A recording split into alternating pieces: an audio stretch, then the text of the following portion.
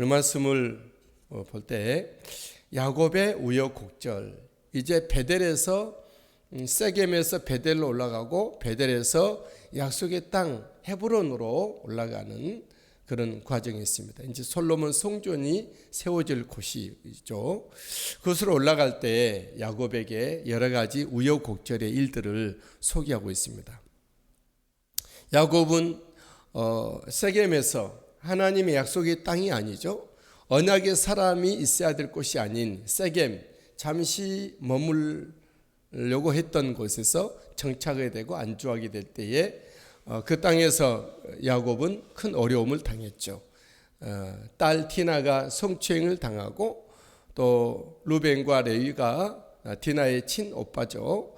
오빠들이 칼을 들고 또 한 민족을 처단하는 그래서 굉장히 위험하게 되는 긴장감이 팽팽히 도는 그런 가운데 이제 베델로 올라갔죠. 하나님이 야곱으로 하여금 왜 여기 머무르느냐, 베델로 네가 약속했던 하나님과의 만남의 첫상의 장소로 가라 해서 하나님의 말씀 붙잡고 베델로 올라갔고 이제 베델에서 다시 헤브론으로 나아가는 중에 있습니다.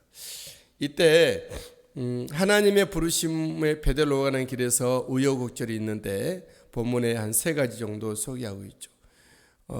그 야곱에게 기쁨의 일과 슬픔의 일이 있었습니다. 하나님이 주신 약속의 땅으로 올라갈 때 야곱에게 기쁨의 일은 베냐민 막내 아들의 출생이고 또 슬픈 일은 그 야곱에게 막내 아들을 안겨줬던 라헬의 난산으로 말미암은 죽음입니다. 16절에서 20절 말씀이 바로 그 말씀이 있죠. 16절에 보면 그들이 베델에서 길을 떠나 에브라스에 이르기까지 얼마간 거리를 둔 곳에서 라헬이 해산하게 되어 심히 고생할 쯤에 17절 그가 난산할 쯤에 이렇게 난산하다가 아들을 낳고 이제 라헬은 여기서 죽게 되죠. 20절에 보니까 29절 라헬이 죽음에 에브랏 곧 베들레헴 길에 장사되었고 그렇게 합니다. 하나님의 부르심을 따라가는 인생길에 이처럼 우여곡절이 있습니다. 우리의 인생은 완전하게 도달한 곳이 아니고 우리가 순례의 길이고 지금 가고 있는 길이고 목적지를 앞두고 가고 있기 때문에 여러 가지 좋은 일도 있고 또 하나님과 함께 할 때 좋은 일이 있고 또한 세상과 함께 굳은 일도 공존하게 됩니다. 하지만 우리는 흔들리지 않고 하나님의 부르심의 약속의 땅으로 찬송하며 십자가 지며 달려갈 수 있게 되길 바랍니다. 베냐민이 태어날 때 그의 어머니는 그의 이름을 베노니라고 이름을 했습니다. 그리고 그러나 야곱은 베냐민이라 했죠. 베냐민이라고 했죠. 18절에 그가 죽게 되어 그의 혼이 떠나려 할 때의 아들의 이름을 베노니라 불렀으나 그의 아버지는 그를 베냐민이라고 불렀더라. 베노니는 라헬이 부른 이름인데 슬픔의 아들이란 뜻이에요. 라헬은 자기 일생 가운데 야곱의 사랑을 받았으나 인간적인 시기, 질투가 있는 여인이어서 그는 좋은 일을 맛보지 못했죠. 좋은 일도 슬프게 느껴졌던 사람이 라헬이죠. 그리고 결국은 먼저 죽게 되는데 바로 그때 베냐민의 이름을 베노니라 슬픔의 아들이라 지었으나 그러나 야곱은 언약의 사람답게 그 이름을 고쳐서 베냐민 오른손의 아들이라 이름을 붙입니다. 여러분 이처럼 하나님께 온전하게 자기 몸과 마음과 삶을 드리지 못하면 사람 항상이 아니라 속에 무의식적으로 부정적인 것이 있습니다. 하지만 하나님의 언약의 사람들은 항상 그 속에 하나님의 언약이 숨쉬고 있기 때문에 어떤 상황이든지 믿음 또 할 수 있음 하나님이 승리하게 하심 이루어 가심 믿음의 자리에 서 있게 된 것이죠. 저 여러분들의 마음판이 어떤 환경에서도 좌절하지 않고 굴하지도 않고 그 속에서 하나님의 뜻을 찾고 하나님의 빛을 발견하고 하나님의 가능성을 향해서 나가는 우리들이 되시게 되길 바랍니다. 야곱은 장자 루벤이 첫 비라와 통간한 소식을 듣습니다. 21절 이스라엘이 다시 길을 떠나 에델 망대를 지나 장막을 쳤더라. 22절 이스라엘이 그 땅에 거주할 때에 루벤이 가서 그의 아버지의 첫 비라와 동침함에 이스라엘이 이를 들었더라. 야곱의 가정에도 굉장히 말하기 힘든 숨기고 싶은 부끄러운 일이 있는데 장남이 자기의 작은 어머니를 통간하게 된 것입니다. 라헬의 여종이었기 때문에 라헬은 이제 죽고 없고 나이도 어렸을 것입니다. 아마 루벤하고 크게 나이 차이가 그다지 많이 나지 않았을 것 같은데 루벤이 그런 일을 했던 것이죠. 이 일로 루벤은 이제 장자지만 장자의 위치에서 탈락이 되고 말죠.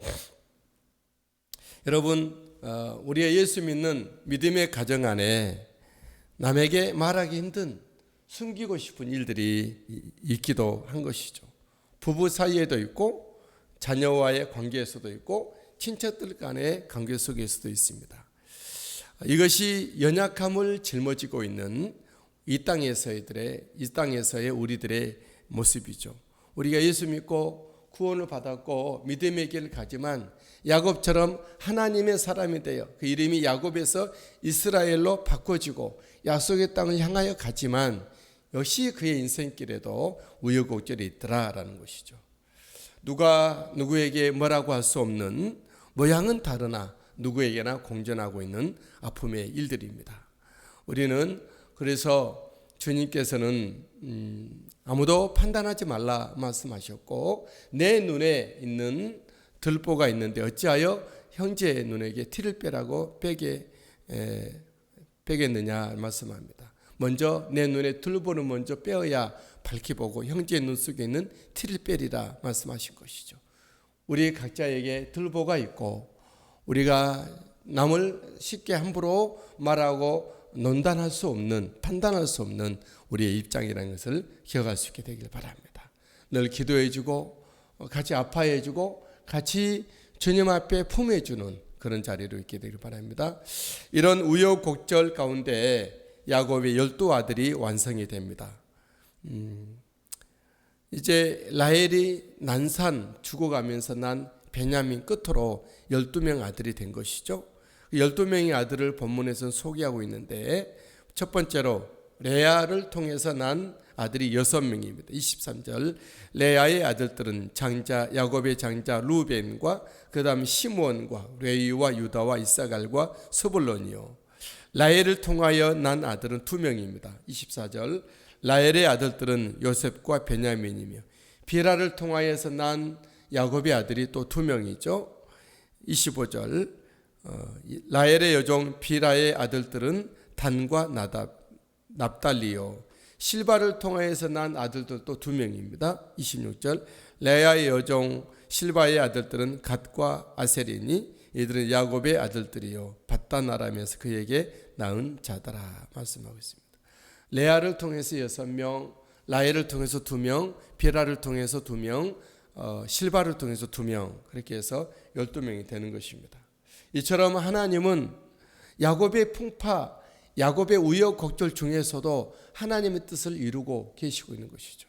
하나님은 야곱을 통하여 12아들, 아브라함에게 약속했던, 이삭에게 약속했던, 야곱에게 약속했던, 또 그 전에 아담에게 약속했던 여자의 후손, 그들을 우리 하나님께서는 예수 그리스도가 오시기까지 그런 야곱에게 맞는 하나님의 언약을 이루어가고 계신 것을 봅니다.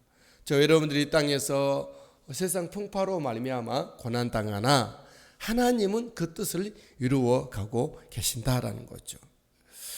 야곱이 이제 약속의 땅으로 헤브론으로 돌아오니 이삭은 이제 무대에서 사라지게 되죠.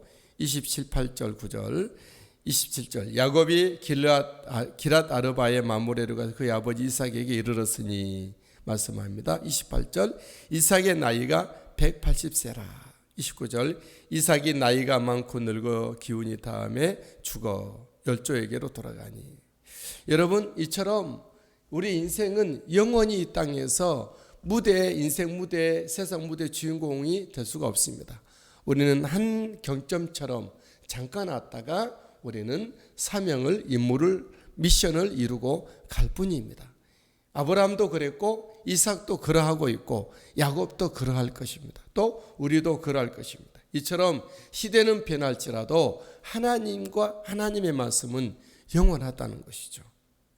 사람들은 바뀔지라도 하나님의 언약은 계속해서 이루어져 가고 있는 것이죠.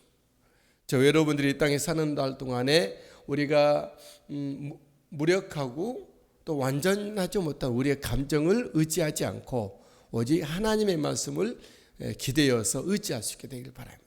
내 삶은 없고 하나님의 말씀이 나의 삶을 이끌고 내 삶을 이루어 가도록 하나님의 말씀에 나를 맡기는 것입니다. 우리 하나님, 세상의 무대는 하나님의 언약을 위하여 늘 새롭게 탈바꿈하고 마치 계절이 바뀌고 있는 것처럼 한 시대는 가고 한 계절은 가고 한 날은 지나고 있는 것이죠. 하나님과 하나님의 뜻과 하나님의 언약은 그대로 진행이 되고 우리는 그 중간에 한 경점 같은 삶을 살아갈 뿐입니다.